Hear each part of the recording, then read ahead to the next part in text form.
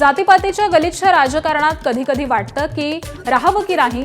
माजलगाव इथल्या कार्यक्रमामध्ये आमदार धनंजय मुंडे यांचं वक्तव्य. पण महापुरुषांनी दिलेले विचार आमच्या पाठीशी समतेचे राज्य पुन्हा प्रस्थापित करण्यासाठी आम्ही प्रयत्न करणार, मुंडेंचं आश्वासन.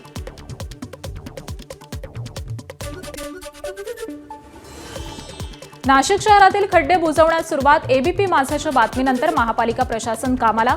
पंचवटी, मखमलाबाद, सिडको, सातपूर, गंगापूर रोड या भागामध्ये खड्डे बुजवण्यास सुरुवात. तर रस्ते देखील तातडीनं दुरुस्त केले जाणार. नाशिकमधील खड्ड्यांच्या प्रश्नावरून राजकारण. शहरामध्ये राष्ट्रीय युवक काँग्रेसनं लावले होर्डिंग्स. छगन भुजबळांना पालकमंत्री करण्याची राष्ट्रवादी युवक काँग्रेसची मागणी आहे. अहिल्यानगरच्या संगमनेरमध्ये पाकिस्तानी बनावटीच्या सौंदर्य प्रसाधनांची विक्री. एफडीएकडून छापा टाकत 14,000 रुपयांचा साठा जप्त. संबंधित दुकानदारावर गुन्हा दाखल.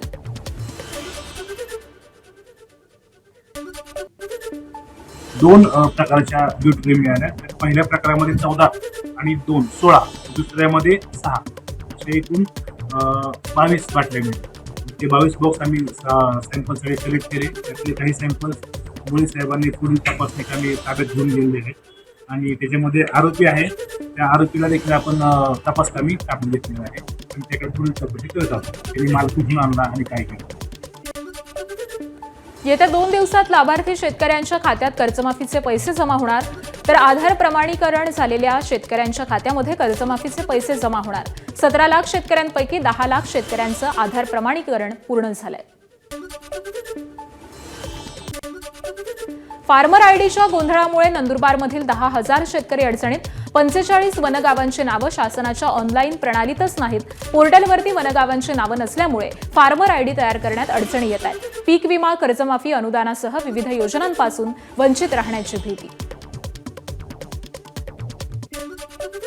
डोंबिवलीकरांना वर्षाच्या अखेरीस रोरो फेरी आणि वॉटर मेट्रो मिळण्याची शक्यता. मोठागाव जेट्टीवरून रोरो फेरी, वॉटर टॅक्सी आणि वॉटर मेट्रो सेवेचा पहिला टप्पा सुरू करण्याचं राज्य सरकारचं नियोजन आहे. या प्रकल्पामुळे रस्ते आणि लोकलवरील गर्दीचा भार कमी होणार असून जलद प्रवास शक्य आहे.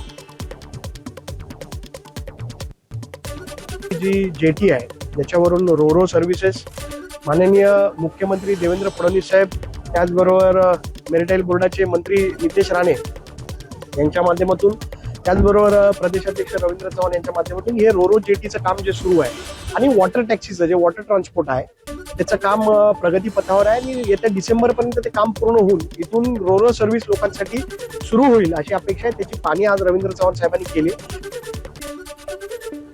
गडचिरोलीच्या एटापल्ली तालुक्यात छत्तीसगड सीमेजवळ लाखो रुपयांच्या सागवान तस्करीचा पर्दाफाश. मोहर्ली या जंगलामधून तब्बल 50 लाख रुपयांचा सागवान साठा आणि ट्रक जप्त. पुण्यातील एका हाऊसिंग सोसायटीमधील लिफ्टमध्ये 5 जण अडकले होते. त्यात 2.5 वर्षांच्या मुलाचाही समावेश होता. तब्बल 2 तासांच्या प्रयत्नानंतर अग्निशमन दलानं मुलाला सुखरूप बाहेर काढलंय.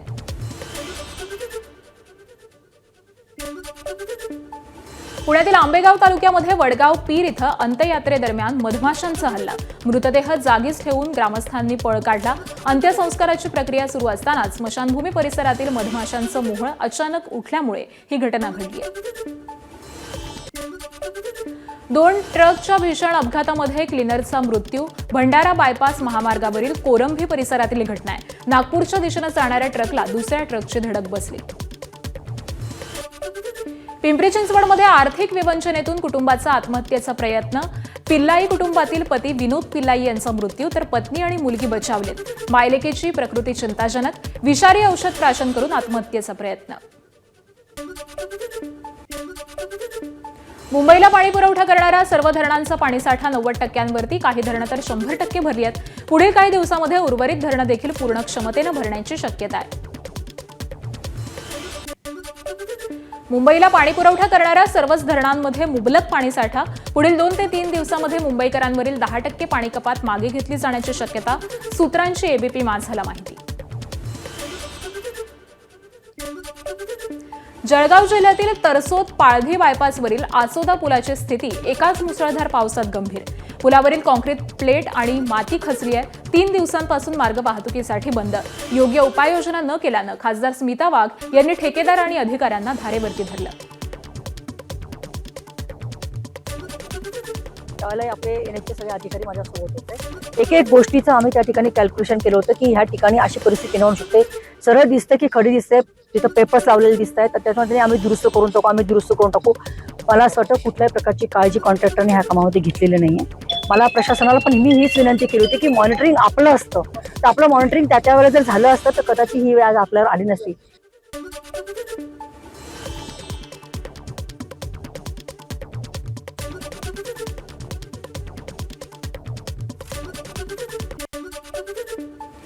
जळगावातील अतिवृष्टीमुळे जिल्ह्यात अनेक भागात शेतीसह घरांची पडझड, नागरिकांचं कोट्यवधी रुपयांचं नुकसान. तर पंचनामे करण्याचं काम केलं असलं तरी कोट्यवधींची मदत करणं सरकारसाठी मोठं आव्हान असणार आहे.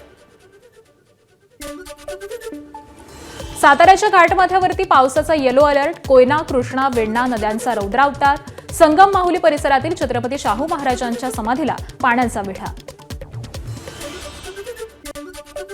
खानदेशातील दमदार पावसामुळे तापी नदीनं धारण केलंय रौद्ररूप. नंदुरबारच्या सारंगखेडा बॅरेजचे 10 तर प्रकाशा बॅरेजचे 13 दरवाजे उघडले. सारंगखेडा बॅरेजमधून 1,32,000 क्युसेकनं पाण्याचा विसर्ग, प्रकाशा बॅरेजमधून 1,90,000 क्युसेकनं पाण्याचा विसर्ग आहे.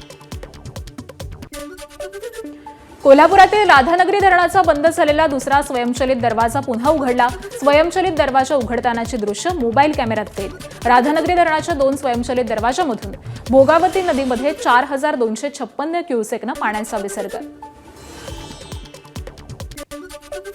धुळे शहरासह जिल्ह्यामध्ये 2 दिवसांपूर्वी झालेल्या मुसळधार पावसामुळे सर्वसामान्य नागरिकांसह शेतकऱ्यांना दिलासा. शहराला पाणीपुरवठा करणारा नकाने तलाव ओव्हरफ्लो, धुळेकरांची पाण्याची चिंता मिटली आहे. मुंबई अहमदाबाद राष्ट्रीय महामार्गावर भरधाव ट्रक चालकाची हुल्लडबाजी, 10 ते 12 किलोमीटर पर्यंत हुल्लडबाजी करत ट्रक चालवतानाचा व्हिडिओ व्हायरल. आरटीओ आणि महामार्ग पोलिसांकडे ट्रक चालकावरती कारवाईची मागणी. पोलीस लिहिलेल्या खासगी वाहनांवर लवकरच निर्बंध आणण्याच्या सूचना.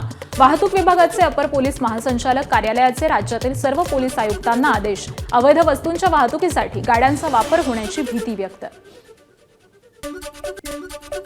ठाणे रिंग मेट्रोला केंद्राचा 27 अटींसह हिरवा कंदील. 12,200 कोटींच्या प्रकल्पातील अडथळा दूर, मात्र पुनर्वसनाच्या अटींची पूर्तता आवश्यक. पुणे विमानतळावर रविवारी हवाई वाहतुकीचा नवा विक्रम. पुणे विमानतळावरून एका दिवसात 216 विमानांची उड्डाणं. तब्बल 33,000हून अधिक प्रवाशांनी प्रवास केलाय. विशेष म्हणजे एकदाही गो राऊंड करावा लागला नाही. गोंदियाच्या सडक अर्जुनी तालुक्यातील म्हसवानी डव्वा मार्गावरती धान लागवड. रस्त्याची दुरावस्था झाल्यामुळे लोकप्रतिनिधी आणि प्रशासनाला जागं करण्याचा प्रयत्न. नागरिकांनी संताप व्यक्त केलाय. आषाढी यात्रेदरम्यान एसटी महामंडळाला मोठा फायदा. यंदा 9,24,738 वारकऱ्यांचा लाल परीनं प्रवास. महामंडळाला 41,18,00,000 रुपयांचा महसूल मिळाला.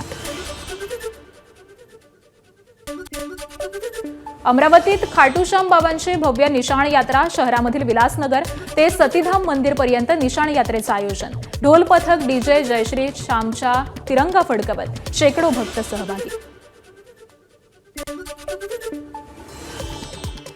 आपण आपल्या घरातील वयोवृद्धांबद्दल शिवराळ भाषा वापरतो का? मोदी यांच्याबद्दल शिवराळ भाषा वापरणाऱ्या तरुणांना अभिनेत्री भूमी पेडणेकरचा सवाल. शिवराळ भाषा वापरणं हे आपले संस्कार नाहीत, असंही मत व्यक्त. झारखंडमधील रांचीमध्ये सुरू असलेल्या विद्यार्थ्यांच्या आंदोलनाभोवती राजकीय हालचालींना वेग.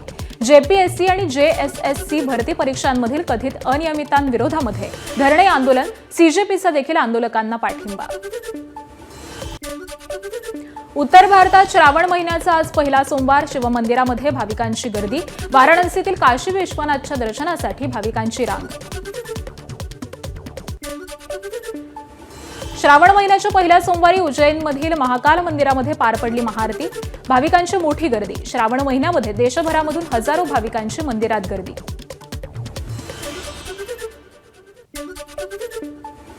ज्ञानेश्वर महाराजांच्या पालखीचा परतीचा प्रवास सुरू. फलटणमध्ये संत ज्ञानेश्वर महाराजांच्या पालखीला निरास्नान. 2030च्या राष्ट्रकुल क्रीडा स्पर्धांचा ध्वज भारताच्या हाती. आयओएल अध्यक्षा पीटी उषांनी घेतली जबाबदारी.